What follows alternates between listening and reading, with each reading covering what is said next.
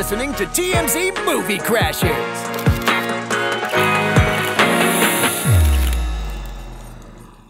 Welcome back to TMZ's Movie Crashers. I'm your host, Fabian Garcia from TMZ. I'm your host, Paige Catton from toofab. And as you can see, we are doing this remote right now. COVID cases are back up here in LA. So we're going to keep plugging along here remotely. But thank you for being with us. And with that said, I'm going to say what I usually say here to kick off the show. There has been a lot of movie news this week. Literally, we were swarmed with it literally up until the last minute. So many. Yes. Yeah. In fact, let me address the stories that we're not going to talk about because there's so much that came in today. Yes. Harry Styles' My Policeman trailer came out where he plays, I believe, some kind of a gay cop who's involved with another man in the 50s or something. Right, exactly. Kind of like a modern day / not Brokeback Mountain. It's interesting. Anyway, there's that. There's the Matilda musical, the new one, the rebooted version coming out for Netflix, where Emma Thompson is playing Miss Trunchbull, and she looks, quote, unrecognizable. What else is going on? Ryan Gosling as Ken in a Barbie movie. Yes, that's right. Ryan Gosling, the first look of him as the Ken doll for the new Barbie movie with Margot Robbie is out. No surprises there. He looks exactly how I thought he was going to look. But Lightyear is coming out this weekend. Yes, can't wait to see that. I'm definitely going to check that out. That's the kind of the big buzz for the weekend movie-wise. Big buzz. Exactly. See what you did there? Pun intended. Actually, maybe that was intended. Who knows? But we're going to start, with all that said, we're going to start with the big motion picture. And that would be Taylor Swift. Taylor Swift apparently wants to direct a feature film. And she announced this at the Tribeca Film Festival over the weekend in New York City. The festival is still ongoing. It's going through this weekend, I believe. But this is kind of major news because she's got this short film under her belt, which is what she was there to discuss for this event. All too well. And she was on stage talking about the idea of, hey, maybe I could direct a feature after this. We actually have the sound for that. Let's listen to Taylor speak about it herself. It would be so fantastic to write and direct something, a feature. I don't see it being bigger in terms of scale. I loved making a film that was so intimate and with a crew that was relatively small. There is Taylor saying, yes, she would be happy and love to direct a feature film after this. She did say that she would want, if she did in fact do that, she would want to keep it on a small scale, like she did for this music video / short films. Yeah, small, very intimate, small crew. And look, I got to be honest, Taylor Swift is one of the most famous people in the world. She's got, not only does she have money herself to do this, a feature film by herself if she wanted, she could which she also noted. She could easily finance it herself. But even if she wanted to get players involved and different partners and financiers, I'm sure she could easily do that too, because she's just such a huge name. And here's the thing. We'll get into the weeds of the actual short film in a second and whether I think she's actually a good director or a bad director. It's hard to say because she's only done like one thing in this capacity so far. But again, if Taylor wanted to direct a feature film, I'm sure Netflix would take a meeting with her, Hulu would take a meeting with her, any of the traditional movie studios like Warner Brothers or whatever, they would take a meeting with her too and hear her out. Who's going to say no to Taylor Swift? Like, let's be blunt. Like, they're not exactly. Like, we declined a meeting with Taylor Swift. We said no. And that's exactly my point. Because of the name recognition and the clout and the fame, people would take the meeting, and frankly, they might even just say yes. They don't want to be the person to say no. Right, based on this one project alone. And that's kind of where I sort of have an issue with it because look, I want to say I've seen the All Too Well short film in its entirety. It's not bad. I'll start there. I'll start with a nice note. It's not bad. It's actually pretty well shot and well directed, it seems. But at the same time, like the scene that really stood out to me that was like actually sort of filmy, because honestly, most of it really plays like a music video. You know what I mean? And music videos is like, okay, whatever. Like, you're doing like this shots like this and the music's playing and whatever. But there's a scene in the middle of it all that lasts about like 2 minutes or so where Sadie and Dylan are arguing, and that's kind of shot like sort of like a movie. Although I gotta say, it's the camera. If you watch that scene, the camera's constantly moving around, and like it's. I don't know what that style is. I mean, it's like a free form kind of style of a director or a directorial style. Yeah. And I gotta say, I wasn't impressed with that scene. I mean, it was good. The acting was phenomenal. Like those actors hit it on the head. It was very dramatic. But as far as the shots and whatever sort of style she was employing, I guess, I was like, whatever. Like it would have been more interesting to get like some more still shots, like some like more traditional cuts, because the whole thing played like a one take. You know what I mean? So again, I mean, like I'm not trying to crap on Taylor Swift. I mean, she did it for her first outing. It was a fine job. I'd like to see more like filmy type stuff from her, like more traditional film stuff, like kind of away from music. Like let's actually see a true short film of Taylor Swift's that's like a pure narrative, no music video, no nothing, just a narrative traditional film. And then I could really judge her. You know what I mean? But look, if she wants to just jump from this and go straight to feature, I mean, look, that to me seems a little like entitled. I think is that entitled of her to say that? She was more. I think she was.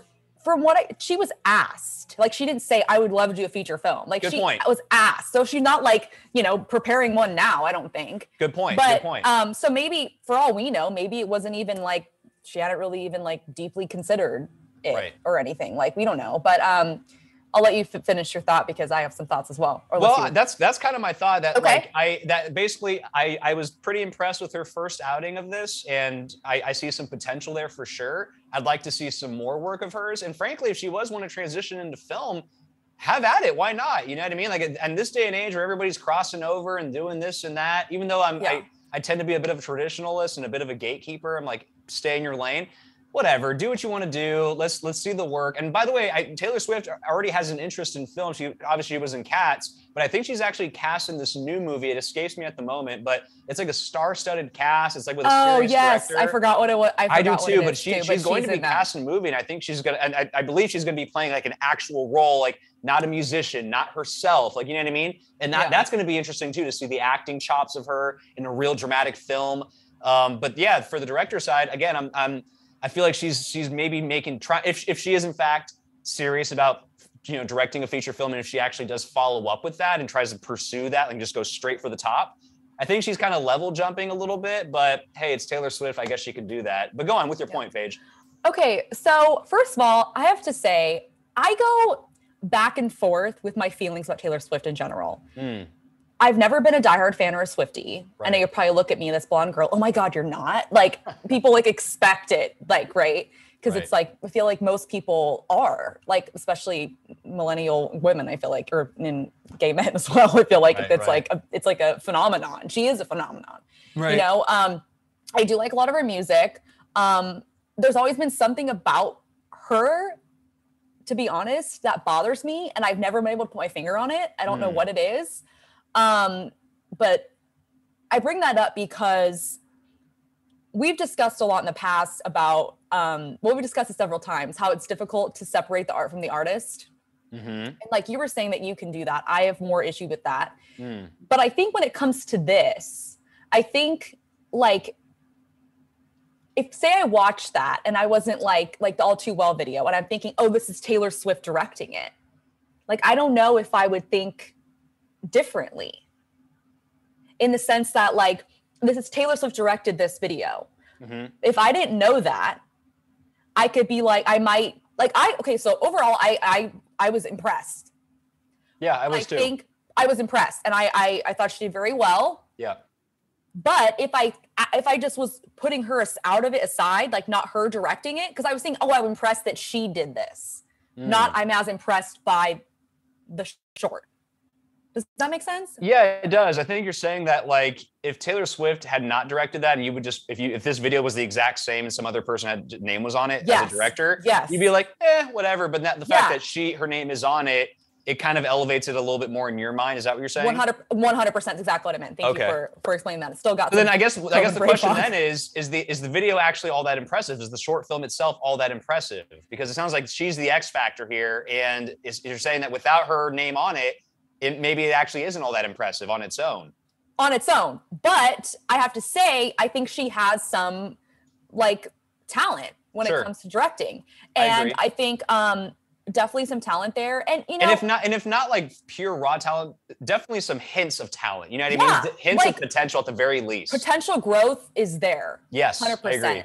And I think I was thinking about this too about people going in different lanes and stuff and how I feel about that. And I go back and forth because I'm with you. Sometimes I feel like I'm more traditionalist, like, oh, stay in this. But then everything is just so meshed these days, especially like TV stars, music, everything. And like one thing that came to mind, because Taylor Swift has also directed a couple of her own music videos, I believe. Right. And, and you said, oh, like, this short is, I agree, a lot of it does just look like a music video. Yeah. But there are a lot of, I didn't even know this was even a thing, but there are like music directors who like started with music videos and have gone on to be like feature film directors. 100%. That's a very common thing. And one of the big ones is the guys, the Daniels, the guys that directed Everything Everywhere All at Once. They directed like, I think I forgot, Swiss Army Man, I believe, was their first feature film, but they directed like Lil Jon, like Turned Down for What? Like, really? You would not. Wow, yes. I did not. That's fascinating. I did not know that. It's fascinating, right? So, yeah. So I believe that was one of the. I'm pretty sure it was that Lil Jon DJ song. But it's just kind of like you wouldn't see that movie and be like, these are the guys that directed this Lil Jon music video, like middle school dance song. You know what I mean? Right. But so to your point, like, yes, the transition from music video to film it happens all the time. Yeah. And in fact, you're right. The fact that the fact that Taylor has directed her own music videos in the past, she already, I guess she kind of is making the baby steps toward a feature film. And look, if she ends up actually just making the big leap to a feature film right after this, again, I'm not going to be too mad. It is what it is. But I'd like to maybe see a more of a traditional short film from her next, so I could actually judge it. Like, you know what I mean? That'd be very interesting to see. With like no music component. Yes, I agree. So she can choose whatever path she wants to do. Yeah. One thing I'll say real quick too is we have one more little soundbite from Taylor from this conversation over the weekend. She does seem to know her stuff about film. She knows some terms about tracking shot and this and that. Let's actually listen to Taylor kind of use these terms and kind of describe her film process. She sounds like she knows a little bit like what she's talking about. If you look really closely when we're following her through this hallway with a Steadicam, and we pan and we meet him for the first time, we pan across a red typewriter, and then later on we see her typing on that typewriter, and we assume that he gave it to her. So there she is, talking like a film buff, kind of talking like a film nerd there. Which is cool, actually. That to me shows that she's done a little bit of homework, that she is somewhat educated on the matter, which I can appreciate. So yeah, I'm excited to see where Taylor goes from here. And I am not a Taylor Swift fan by any means or any stretch of the imagination. Shocked. Again, I literally just watched the full All Too Well thing today just for this podcast. But I guess I'm intrigued to see where Taylor takes it from here. Me too. And with that, I think we can move on to our next segment. Casting a Light. This is the big one today. This is going to be the big segment because it is everywhere. It was huge news earlier in the week. Joker 2 is happening. That was confirmed by Todd Phillips, I believe, last week. He posted a screenshot of like the cover of it, and he posted a photo of Joaquin Phoenix reading the script. And I believe the name of the movie is going to be called, it's called Joker Folie à Deux.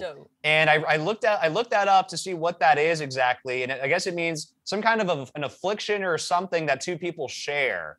So essentially it's like Joker 2, Madness for 2 or something like that. Or like, yeah, because when I looked up, it said it's a medical term for identical or similar mental disorder. Yes, that's right. So it's kind of like, Joker, illness for 2 essentially. Illness for 2, or like, it's almost like, to me, that kind of, it's like a play on words for like table for 2 almost, but like psych ward for 2 maybe. That's kind of how I interpreted it. Yeah. I like that. And if you look at the photo of Joaquin there, he's taking a look at the script and it looks like he's reading it through. I imagine he's on board at this point, even though the reporting is saying that. Did he sign a deal yet? Apparently they have not finalized a deal with him yet, which is weird. I don't know what Warner Brothers is doing exactly. They got to pick it up.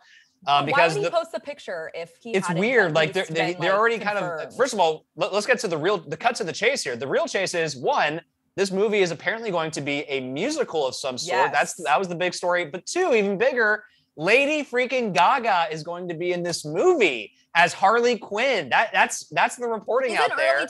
She's in early talks. She's in early talks, correct. Yeah. She's in early talks, but I believe they're going to land her. And obviously they're going to sign Joaquin. I don't know why they haven't signed him yet already. Like, for God's sake, just do that. And look, I have so many mixed thoughts. The musical aspect, the Lady Gaga thing. First, I'll start with Gaga.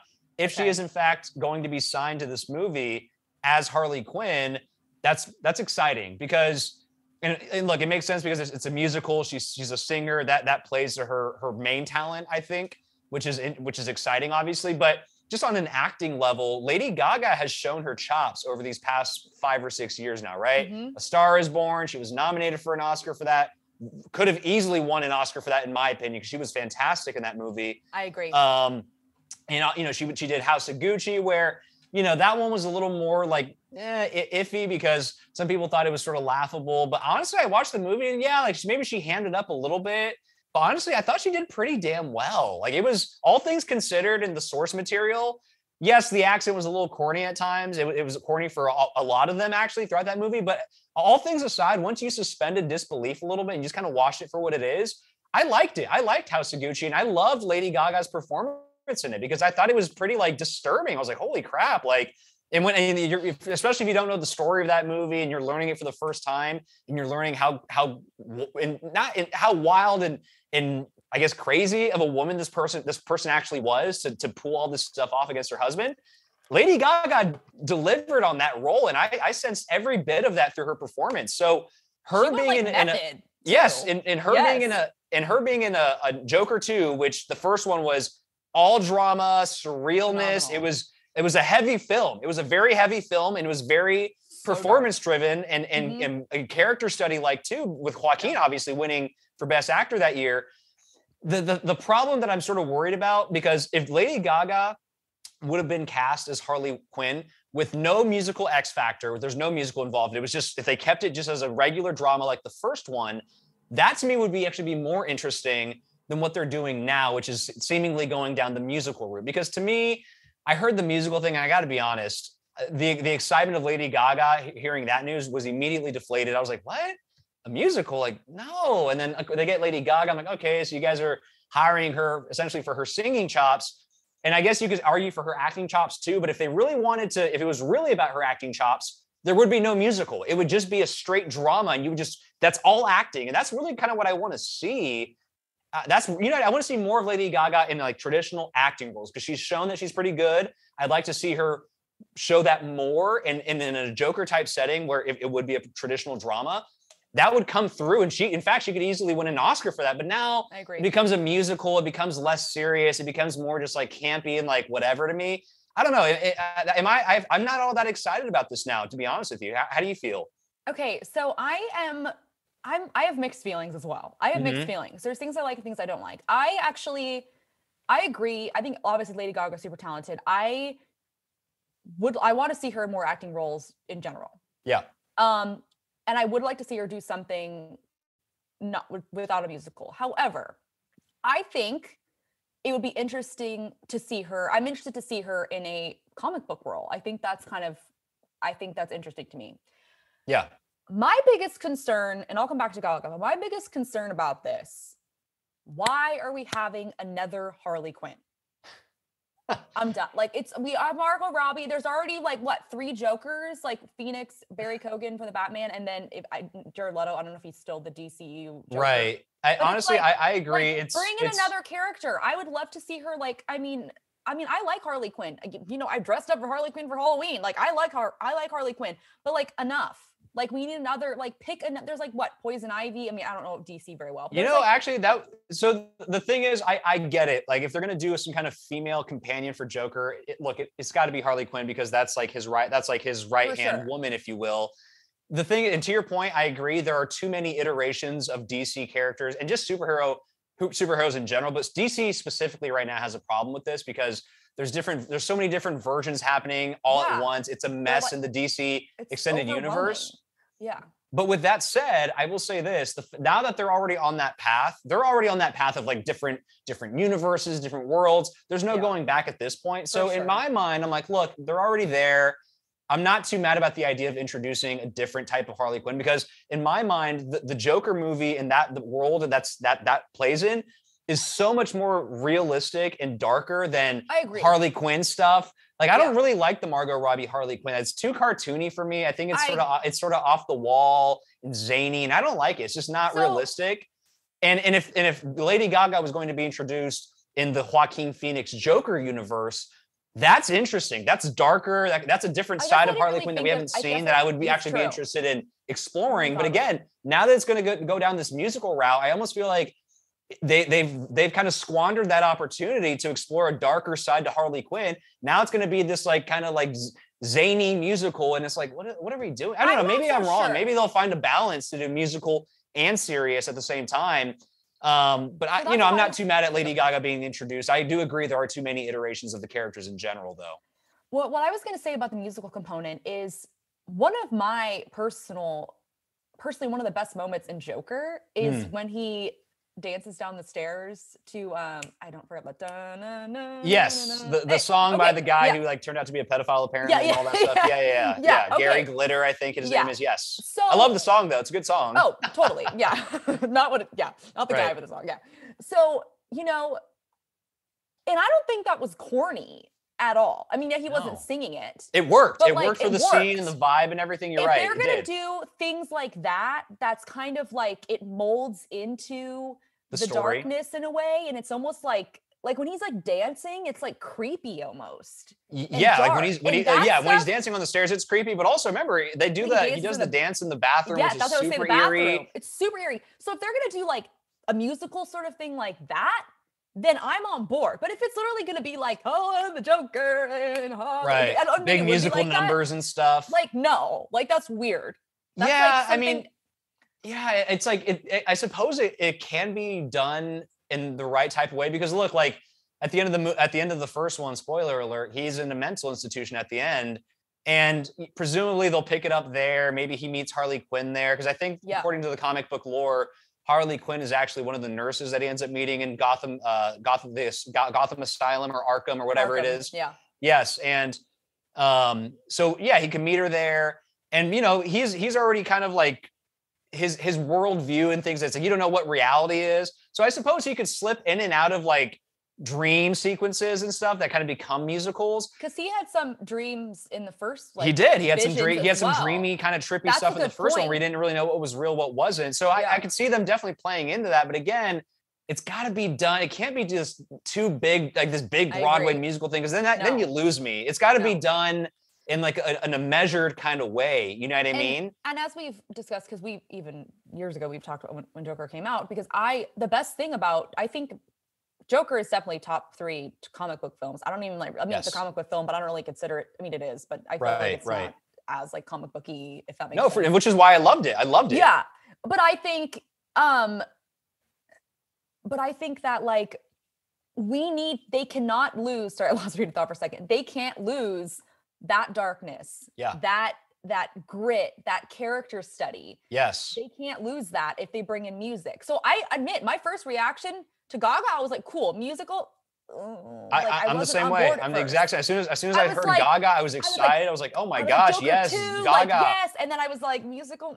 And I like musicals, but for this, like to follow up, like this Oscar, Joaquin won an Oscar. I think it was also nominated for like screenplay and all that stuff too. Like, and then to follow up with that, I'm like, it has to be to that level of the first one, if not better. Yeah, I agree. And like, sequels are everywhere these days. Like it needs. I mean, if they're going. I agree, and like, look, it's a bold choice. Yeah, it is a bold choice. I agree, and to be honest with you, and I guess to their credit, maybe to play devil's advocate a little bit, Joker 1's a hard act to follow. It really is. It's hard. It's hard to hit that bar again, and they don't want to be. They don't want to do it to where it's like repetitive, and it feels kind of like, all right, you guys are just doing the same thing again. So I get it. Maybe they felt like between Todd Phillips and the executives at Warner, et cetera, maybe they felt like, look, we got to do something different. Let's mix it up. This is certainly doing that. This would be 100%. Mixing it up. And again, like I believe, even though like from the outside looking in, you hear musical, it sounds silly. It sounds almost like, what is this going to be, Grease or something? That's ridiculous. So that's kind of how maybe it comes across to some people like myself and you.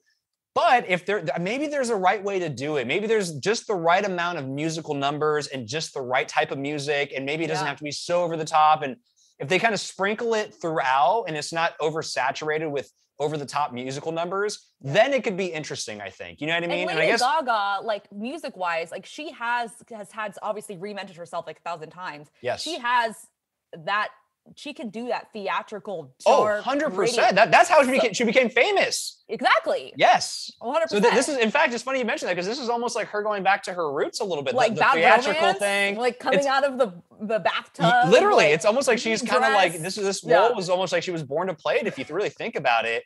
I'm excited. I'm intrigued. I mean, like, I guess I was a little turned off at first, but now that I'm kind of talking it out and I agree. I feel like talking it out, I feel more optimistic now. Yeah, I am a little more. And, I put my faith in Todd Phillips and Joaquin too. I know he's not going to just sign up for garbage. Of course. Although the fact that he hasn't been signed just yet makes me a little nervous. That's true. Just a little nervous. So they got to lock him up. And if he does in fact come on board, then I guess I'll just put my faith in him because I know Joaquin doesn't just do crap. He does good work. So I'm excited. And this is huge news for the week.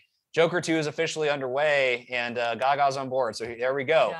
Yeah. So with that, we'll move on to our next segment. And this is the Hollywood Hoedown. We'll do that. We'll do that here too. Hello. The Hollywood Hoedown. So there's so many different stories that we could talk about for this one. So many breakout stories of the week. For sure. But the one that a lot of people were talking about just a couple days ago, because every day there's like new movie the movie news cycle is crazy this week, honestly. It's absolutely nuts. I kept thinking like, oh, that'd be good. And then it's like something else. Right. And then something else came up and something else came up. Like, we only have an hour. Like, right. But we're going to stick to what we decided. And that is the Knives Out sequel. The teaser trailer for it came out. It's not even a teaser trailer. It's just like a little reveal. It's a title reveal. It's a title reveal. It's exactly right. It's a little sizzle reel type of thing. And actually, I think we have it here. I think we can play it real quick. Let's play that from Netflix.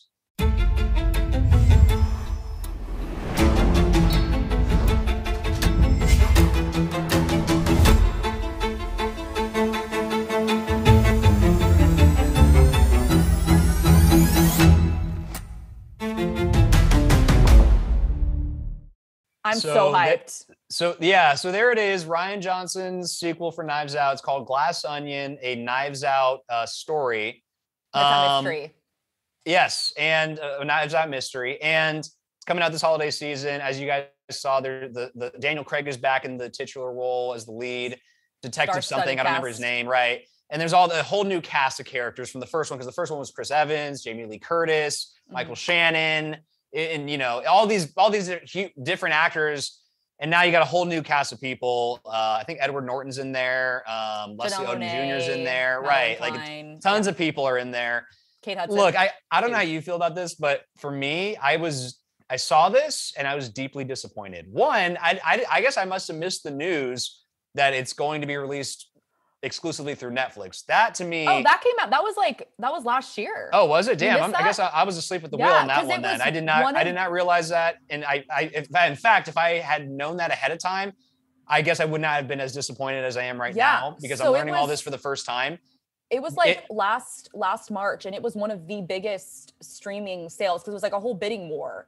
Right. For streamers, and Netflix got it for like over 400 million for Netflix. I gotta two say, sequels. I mean, look, Netflix does some good stuff, but they're also the worst when it comes to this thing. They have such deep pockets. They're always in these bidding wars. They're always winning, and I hate it when a good movie or a movie that would presumably be good in theaters all of a sudden gets snapped up by Netflix. It's going to be released straight to streaming. Like, God damn it! Like, can you get your paws off of this stuff, off the good stuff? But also, I want to say another thing too, because I look, we'll see how the movie comes out. We'll see what the trailer reveals, etc. And but like just from here, seeing the title and where they're going with it, this is kind of becoming almost like a little bit of like an anthology series or something. You know what I mean? And I didn't expect that. And as I kind of think about it, and I'm like, okay, so they're milking this out to become some kind of anthology franchise or something. And now they're using the little subhead of like a Knives Out mystery. Is that how each one's going to be going forward? Okay, now? Like, oh, a Knives Out mystery, Knives Out mystery. Rian I don't Johnson, like that. Like that, that ruins the original unique vibe of the first one. And it's like, honestly, like there didn't need to be a sequel. That's the real truth. There didn't need to be a sequel. Knives Out was a great one-off. They didn't have to milk it, but that's how. And look, this is like I'm talking to like I'm preaching to the choir probably, but I just don't like the idea that I know this sounds silly that oh my God, Hollywood is milking sequels for money. How dare they? I know that sounds ridiculous because that's always happened since the dawn of time. But just now more than ever, it really seems that Hollywood is not interested and just doing original source material and leaving it as it is and moving on to the next great original idea. They just want to milk and milk and milk. Like, God damn it, it's crazy. With what that's what I get. That's the sense I get from this Knives Out thing. Okay, see, I disagree when it comes to Knives Out, but I agree what you're saying about sequels in general. Because, okay, so Rian Johnson, he tweeted when he tweeted out the title reveal. Yes. He basically said, quote, "When I made Knives Out, that's what made me excited about the prospect of making more mysteries with Daniel as Benoit Blanc," I probably pronounced that wrong, "to emulate Agatha Christie and have every film be like a whole new book with its tone, ambition, reason for being, like everything different. Just like Agatha Christie did." Right, I never read Agatha Christie with her books. So, and how they were all different. And so after reading that too, how we wanted them to be different stories, I think I'm okay with it being like sort of an anthology and being 3 different films. However, I do have some concerns because it better not be like the same. He says it's going to be completely different. Like it's what he's saying from what I get from interpreting his words, he makes it seem like he wants to be a completely different story. Obviously it's a completely different story. We know it's set in Greece, it's different cast, everything. But it needs to be, I needed to have that same, the first time I saw Knives Out, I don't know if you feel the same way. It was like, you were like putting the pieces together and you were just like, what's going to happen? What's going to happen? And the first time you saw it, you were like, holy shit. It was the best version that I had seen of like a classic whodunit. Same. It was like one of the best outings of that ever. I agree. And it balanced the writing, the humor, the characters, everything was great. So if it has all of those things, but it needs to be different enough so we're not like, oh, this again. Right. In fact, I mean, maybe it doesn't even have to be a murder mystery per se. Maybe it could be like a bank heist or something like that. I don't know. It could be anything. But you're right. It does need to be different. It has, and I think Rian Johnson will make it different enough. Yeah, because he mentioned like she wrote Agatha Christie wrote spy thrillers, horrors, serial killer hunts, gothic romances. So hopefully it's not just a murder mystery in Greece. Like hopefully there's something else in there. So I guess I need a little education on this because the first one, I remember when the first one was coming out, there was talk of like Agatha Christie, et cetera, et cetera. Was Knives Out based on an actual Agatha Christie book, or was it just inspired from that genre? You know what I mean? I don't think it was based. I'm not 100% sure, but I do not think it was based on a Agatha Christie book. So I guess my question, the only Agatha Christie books, movie adaptations, were like Murder on the Orient Express and Death on the Nile. Those ones. Right. So were like, I guess the first one was sort of made in the spirit of Agatha Christie books, not necessarily from the actual source material or anything. Her inspiration is what it seems like. Here's my thing. And like, look, you can take Rian Johnson at his word. Seems like a pretty truthful guy, but the cynic in me is saying that perhaps he's saying this now about sequels and, what I had in mind and blah, blah, blah, blah. Maybe he's only saying that now because sequels are being greenlit because of the success of the first one. And there was this appetite for sequels. Now a second sequel's coming out. Probably more are going to come out. So maybe he's just saying this now and kind of making up this rationale now that is convenient and saying, oh yeah, by the way, guys, like I almost feel like he's putting that out there to kind of soften the idea because the first one, I don't remember. I don't know if he said any of this when the first one first came out and said, hey, by the way, if any sequels come around, I just want you guys to know that Agatha Christie wrote a lot of books and I have in mind to make a lot of movies. I don't remember him saying anything like that at all. You're right. That's a good point. He said that. Now we don't know if he said that like, oh, I can't wait to make more, like right after. Right, he just didn't say so that. In my mind, I think Rian Johnson rolled the dice on the first one, had some fun with it and hit the jackpot, frankly. But again, like just Hollywood's like just typical, like lazy, repurposing of things. It's just so like disheartening to me. And now that I'm seeing this and not only that, but I'm seeing that it goes straight to Netflix too. And Netflix is they're already primed for that type of rollout, like anthologies and this and like binging and this, like that's what Netflix is designed for. Just for you to like binge a ton of content, which my theory is that because of that formula they have, that waters down the actual content. And that's kind of what I'm worried about with this. The fact that it's being released to Netflix, it's already being pegged as like some kind of anthology thing. In the factory line is already kind of being lined up, it seems, to pump these things out. And that's what Netflix is. It's like a factory for pumping out content. And a lot of that content oftentimes, in my opinion, sucks. So I don't know. I'm deeply worried. And look, I know that Netflix bought the rights. They're not necessarily the ones who produced it or anything, but I don't know. It just, it forebode a potentially sloppy-ish type of movie. I guess we'll see, but I'm a little skeptical at this point. Well, one thing that I did want to note, and I'm not sure if I wanted to look into this, and I'm not sure where you understand what this means, but I noticed that I should have looked more into it, but it was last month, Deadline, the Lionsgate CEO spoke to Deadline about the deal, the Knives Out deal. Lionsgate did the first film. That's right. They distributed it, correct. So they said they were distributed the first film. And so they said that Netflix paid at least twice Lionsgate's limit for the sequels.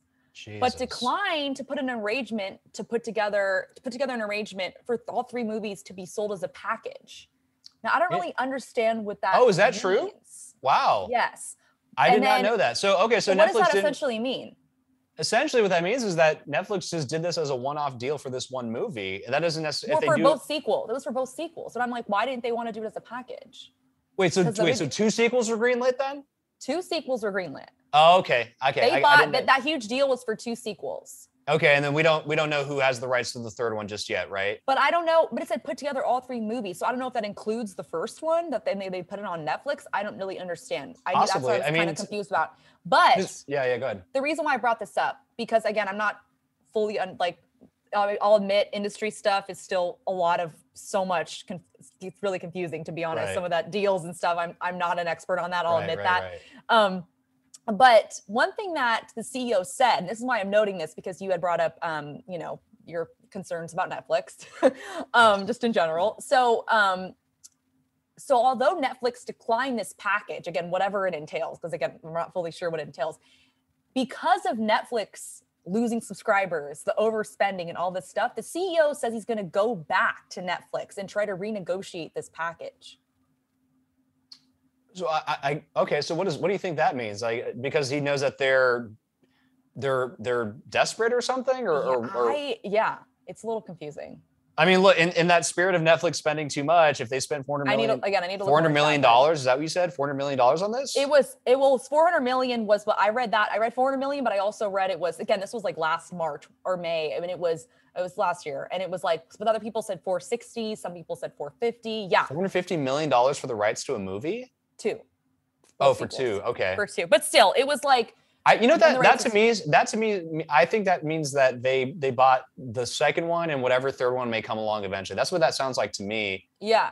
But there were contingencies. There were 2 contingencies. Is that Craig must star in both of them. Right. And that they must at least have the budget of the 2019 film, which was only $40 million. Yeah. The first film only had $40 million budget and made like $300 million. Right. So like, I don't want it to lose its, I hate this, I know it's kind of corny, but I don't want it to lose its sparkle. Yeah. I'm excited, but I don't want it to lose its sparkle.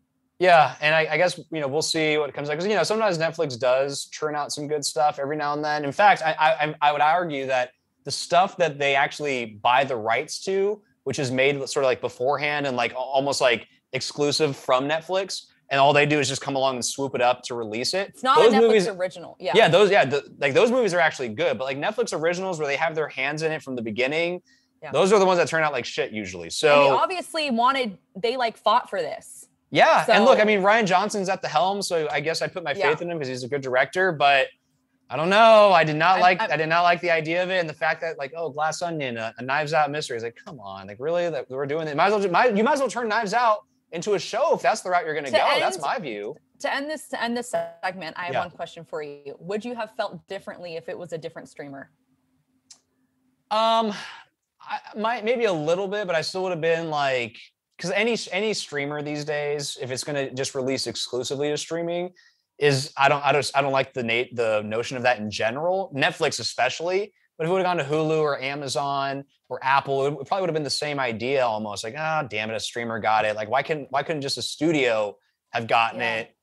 I don't know. Who knows? That maybe I'm out of touch, I guess. But in any case, we'll go ahead and move on to our final segment, which is what'd you see, what'd you think, and we have to talk about Jurassic World Dominion, the final. I guess this is the final chapter in the entire franchise. It is, right? Yes. Some people said yes, and then I also like, well, you don't know, and I'm like, okay, I'm pretty. Well, so here's the thing. So I saw it, and I actually walked out before the very end. So I don't know if there's any little cliffhanger at the very end. Once all the nice music started playing, and everybody was like all saved. I literally left. I was like, I'm sick of this already. It's enough. But did something happen? Was there like a little dinosaur egg and like you see like a little velociraptor come out like at the end? I don't think so. I was like, I like took off my glasses. So I was like packing my stuff up. Okay. So if there was no like obvious cliffhanger at the end, potentially leading up for another. It seemed like it was like summed everything up. Like it was a conclusion. Got it. So maybe this is the final chapter. And if it is, I gotta say, they went out on a not a high note. What's the opposite of a high note? A low note? They went out poorly. That's the way. Maybe that's what I'm trying to say. I look. I don't know how you felt about it. It's a fun. I have thoughts. I have thoughts. It's a fun, just little popcorn summer flick. But I mean, look, like from where the original first three movies were, especially the first one, obviously, from where those started and what those meant, and just how well those were made at the time, especially under Spielberg and with the animatronics and everything and the practical effects. My God, like this franchise has jumped the shark. And what I mean by that is CGI. And look, CGI was used in the first one as well. Okay. Like even in the first one, there was like some CG. I'm aware of that. But this movie is all CGI. It's all CGI. I don't know if there's any practical effects. There was some animatronics, I think, right? Were there? The little baby ones looked like that's not what I'm talking. I'm talking about the big stuff, like like T-Rex stuff. Like, you know what I mean? And like, I know. Again, I'm aware that there's CGI in the first one. But those practical effects in the first one really made that movie, and all this final one was nothing but a nostalgia squeeze. That's really what it was. They brought Jeff Goldblum back. They brought back Sam Neill. Yeah, Sam Neill and Laura Dern. Yes, Laura. Oh my God, I'm forgetting names left and right here. It's okay. I got you. I appreciate that. Thank you. They brought everybody back for the big nostalgia trip, and essentially like. There's a lot of like similar shots, and they're trying to pay homage and doing nods to the first one. And I get it was funny. So you didn't like that stuff? I did, but it was just kind of like, I don't know. Like, I mean, like bringing back the original characters and doing those like little winks to the audience from the first one. It's like, okay, like this is what you got, I guess, to kind of go, I guess this is what you got. Cause like really, I saw like part of the first Jurassic World with Chris Pratt, and I was like, nope, I'm out. And like his whole plot. Wait. You haven't seen the other Jurassic World movies? No, hell no. I saw part of the first one and I immediately checked out. Like Chris Pratt doing all this, like I was like, it's just ridiculous. Like he's a raptor trainer. Like get out of here. You know what I mean? And look, I'm not a Chris Pratt hater like a lot of people are. But I got to be honest, for this like franchise, I was not feeling him in the lead role. I just didn't feel the juice. I didn't feel any like of the original charm or the panache of the original cast. And that's what they try to kind of bring back in this one. And it worked to some degree. Like Jeff Goldblum was fantastic and funny. There was moments I was like, okay, good. They were the best parts of this movie. But by and large, it's just like and that's the thing. Like I feel like this day and age, the action. What Hollywood considers like good action is just over the top craziness, like just a million things happening at once, super cutting everything. And that's not what good action is to me, or at least what good suspense is, because that's what the first one was. It was like an action film, but mostly a thriller slash fantasy suspense kind of movie. And that's what made it so good. You know what I mean? Those they took their time with the shots, and the T-Rex coming down, looking through the window. Like those are iconic shots and iconic moments for a reason. And now in this new movie, and I would argue just in this the latter half of this franchise now, it's just what modern day action films are, which are mostly crap. It's like a bunch of stunts, a bunch of this racing motorcycle. They're trying to go so over the top. They're trying to top and wow the audience so much these days.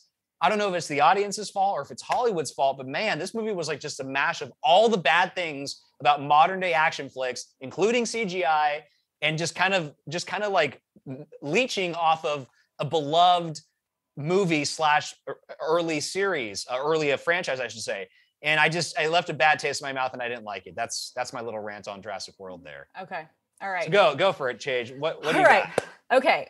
So first of all, I should note that I have watched a lot of films in the last 3 weeks because I had COVID. I was really sick. So I watched the only perk was watching a lot of films. Nice. Obviously not going to go through everything I watched, but something that I did watch. So I kind of just been binging a lot of film, TV, everything. So yeah. And I've just kind of kept that going, even though now I'm better. I'm just like, let's just keep this. So I had seen the first Jurassic Park, obviously. Yeah. And I had seen the first and the second Jurassic Worlds. And then just over the weekend, I saw Jurassic Park 2 and Jurassic Park 3, The Lost World and the third one. So you actually watched the whole thing recently. So I did all 6, and then I saw Dominion last night. The first thing I have to say about going to see Jurassic World Dominion, again, I saw it on a Tuesday, and I didn't think there'd be like anyone in the theater. It was like popping. I was like, okay, everyone is still going to see. I mean, the box office. The movie killed at the box office. People dominated. They were wanting to see it, literally. So they saw it. Yeah, there was a couple brought their like 4-year-old kid. Yeah, I was like, and there's like horror films. I'm like, why? I'm like, isn't this like PG-13? Like, why are you bringing your baby into this film? So that was one thing I was like, didn't like that, but I just had to note that. I thought that was kind of weird. But okay, so I first like to say that I had very, very low expectations going into this film because the reviews were so bad. Yes. However, I was optimistic that it would at least be a popcorn film. It'd be entertaining. I'm going to the movies and I'm, tired after work. Like I need to be like alert and, I want to be entertained. I got my popcorn. I'm entertained. Movies aren't cheap. Snacks aren't cheap. Nothing's cheap these days, right? So the very least they can do is just give me some easy thrills. Exactly. Yeah. I don't want to feel like I'm falling asleep, Right. So, and I was optimistic because if you look around Tomatoes, the critic reviews versus the audience response is like a huge difference. It's like the audience seemed to like it a lot more for sure. So I was like, okay, I'm looking for something in the middle here. Right. And I feel like I did, because of that, I kind of got something in the middle. I would say it was okay. I'll give a big okay. Okay. That works. I liked it better than the second Jurassic World, which is haven't seen Fallen Kingdom. I liked it better than Fallen Kingdom. All right. I liked it. I guess I agree with I'm not going to go into ranking, but I guess ratings wise, I mean, Rotten Tomato score wise, the first Jurassic Park and the first Jurassic World are the two highest ones. And I think those were the best in the franchise. The first Jurassic Park, it's obviously iconic. And then the first Jurassic World. Okay. So knowing that you didn't see the Jurassic World films, I feel like I liked it. I liked it better because there was a lot of points of the story and they all came together. I didn't know who that girl was. I was I was going to say that's she's just some girl that they kind of stole / adopted or whatever, like whatever. Yeah, and that was in the second one. Yeah, so, granted, you're right. Maybe my opinion should be taken with a grain of salt because I haven't seen the other two Jurassic Worlds. But I kind of pieced it together. I was like, okay, I get it. Yeah. I mean, because she didn't. There was a big kind of a question mark about what her stuff like that, about where she came from, and stuff like that.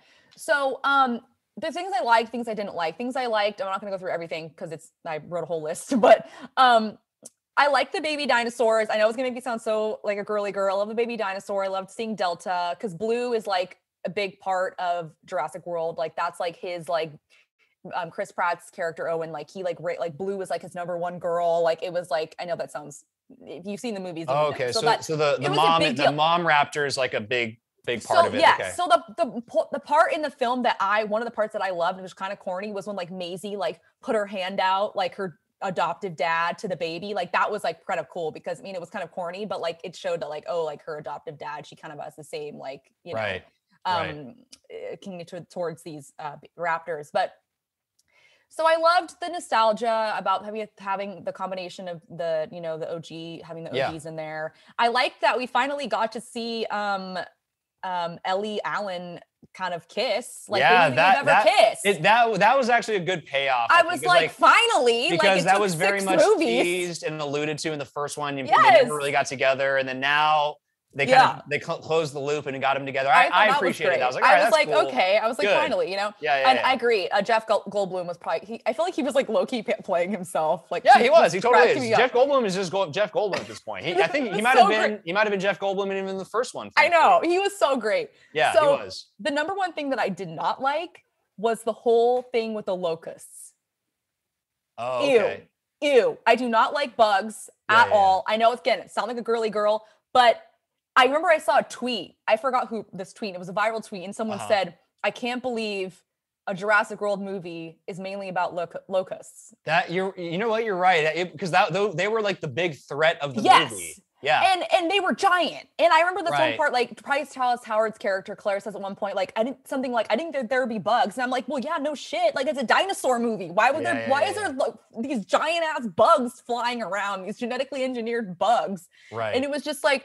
So I mean, they could have used like birds. Like, why did they, or something like that? Why did they have to, if they were going to have to do that storyline in there? And I get it, like, but I think storyline wise, if they just focused on like the Macy's kidnapping and then getting the baby back, and like maybe have the scary tech company do something else. I don't know, but there was like a lot going on, and pacing was kind of weird for me. I feel like one minute I was like, oh wow, like I thought the most like, you know, scary like scene was when Bryce Dallas Howard was like in the water, like going in under the moss. I thought that was pretty cool. Like that was that was like a good little tense that was scene, a good suspense, but it was quick.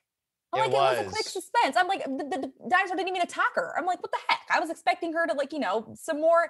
So I wanted more of that. Like you said, that suspense. I feel like they just threw it all in there and they cut it up. I'm like, I need like an extended cut. Yeah, let me get like an extended scene of it. Right. I agree. Yeah. The other thing too, and tell me if you thought about this, like there felt like there were just too many goddamn characters everywhere. It was like, because especially not only were there too many like main good guy characters, but none of them died. Like there were no stakes. Somebody from the original like Jeff Goldblum probably should have died. That one part, I thought he was gonna die. He should have died probably, because like remember at the end when they're all like in the plane and they're flying off together. It's like 10 people in the little cargo hold there. It's ridiculous, and the shot looks so silly because it's like 7, 8 heads. Like, oh, we're safe. It's like, yo, there's too many people that are safe.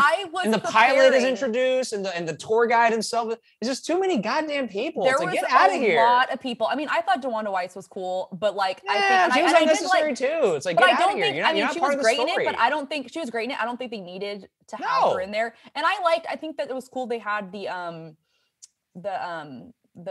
guy be like the double agent, the biogen, whatever. Yeah, he was like at first like the tour guy. And then he became. Yeah, that was pretty cool. But like his character worked, I agree, but still, maybe he could have died too. Like, okay, and I agree. And I agree, especially BD Wong's character, the doctor who's been in like all of them, the scientist. Right. So yeah, when they're all going towards like the scene when they're all going to the helicopter, and then the big Gigantosaurus, whatever it was fighting the T-Rex. I thought that part was great, but that was still kind of quick in my opinion. It was quick, yeah. With CGI wise, and again, they're all running, and there's like 10 of them. I'm like, how did none of them die? Like literally, the only person who died a traditional dinosaur death was the main bad guy, and he died. And like, that one was actually kind of cool because it was an homage back to the. Yes. Wayne, this is his name. Wayne. The guy with the shaving cream container. Wayne Knight, the fat guy, basically. Yes, with the shaving cream container. Yeah, like when he came face to face with like the poison, like that was and cool, then I guess. Him. But like I wanted, there should have been more people, because if you watch the first one, there's a lot of people that die at the hands of dinosaurs. Like there's like different bad guys and stuff like that, and all the good guys survive in that one too. But there were far less of them. And by the way, what happened to those kids? I want to see those kids. Those kids should have came back too, like a little nod to them or something. I know that the girl was at like the premiere. She was at the premiere, but they didn't make any mention of her in the movie. I don't know if she acts, but I know that I think the son is like in stuff. Like, why couldn't he have been in it? Like, I think they should have like maybe, I don't know, made him pilot or something. Who knows? But I also thought there was just, again, I agree with you in the sense that there was just too much. There's too many locations, too many characters, too many short clips. Like if they would have made it like in one, there was too many locations too. Like I don't think they had to go to Malta and go to the underground. Yeah, and then like, that's another thing too. Like that bad guy, the Asian lady who's like this kind of assassin type. It's like, what is going on here? No, that was like, it's all over the place. It was like Taken. I'm like, what is the girls getting kidnapped? And I'm like, and the thing that every time there was like some kind of high intensity chase sequence, it was always like some kind of raptor chase sequence, sequence. The raptors. Yeah, and the raptor chase sequence, and it always just like ends up like, oh, they got away. It's like, okay, cool, I guess. Like, there's only in the first one, if you remember, there's the main raptor sequence in the kitchen, and even that one was, remember that, like they're clawing, they're coming along. That was like legit scary. It was freaky, and like there's no freakiness in this movie, and that's what I'm saying. And again, overall, when it comes to like the horror, I'm like, little scaredy cat when it comes to things like. I was like so worried about this little kid going to see this movie, but like it wasn't that scary. Yeah, it wasn't scary. No. And speaking of kids, kids are the worst nowadays. They really are. I actually watched it in theaters too, and obviously I did. But I was in a theater where there was a ton of like teenagers and or preteens, like 11, 12, 13-year-olds, and I was sitting next to a group of like I was sitting next to a long line of them, and they were talking the whole time, and I was like. I looked over, I was like, is there an adult with you guys who can tell you to shut up? And I eventually kind of did this like big like turn. I was like to them, and one of them looked at me and he goes, you guys shut up. And I was like, Yeah, like just you stared guys are him talking down. a lot. Stop. Yeah, you should have just started coughing. There's no theater etiquette anymore. It's coughing. ridiculous. Oh yeah, anyway. That's a whole separate conversation because I agree with you. Like these but kids, yeah, I'm not all that impressed. Look, it did well at the box office, and I hope they don't do anymore. I really don't hope they don't anymore. To end on a positive note, I will say I am so happy between Top Gun, which I finally saw. What do you think of Top Gun, Ro? Because we didn't get a chance to talk about it, but do you like it? Yes. Oh my God. I mean, I wanted to see it the weekend it came out, but my whole family got sick. Oh my God. Best film I've seen this year. It really is. Loved it. It was so spectacular. And that's the thing. Top Gun, another big budget type of blockbuster popcorn film, but that one was done right. And again, I liked it better than the first one, to be honest. I did too. And again, I'll say that I'll repeat this again because there's in such harsh comparison, in contrast, I should say. Yeah. Top Gun, practical effects. Tom Cruise insisting on the practical effects. That matters. Oh. That matters. Whereas CGI is nothing but green screen everywhere. It's like, I don't give a shit about any of this. It's weak. So but I will say, ending on that obviously is a positive note, but I want to say between Top Gun and Jurassic World Dominion, like it seems like all generations are finally going back to the movies. Yes. And I love to see which is that. a good thing. And I hope it stays that way because I love to see that. And like finally, I feel like during the pandemic, this might be like one of the bigger opening. I think these go together. And I agree. I think this summer is going to be a good telltale sign of how theaters are going to come out on the end of this. Lightyear's obviously coming out this week, and I'm probably going to catch that. And I won't be around. Kids.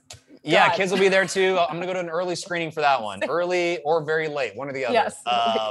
Anyway, I think that's a good place to wrap up. We had a good conversation this week. Great and combo. the remote works. Look at that. Look at us. We're doing it remote and it's working out. Got this. Yeah, it's good. We're tech savvy. I'm not going to be around for the next couple of weeks, so we'll have somebody else fill in for me. Yes. Paige will continue on, and we'll be doing this weekly until we're back in the office, and we'll be back to regular times again. But thank you guys for tuning in, checking this out. Stream us on Apple, Spotify, iHeart. We're on YouTube. We'll be on the website. And yeah, we will check in with you guys next time. Take it easy.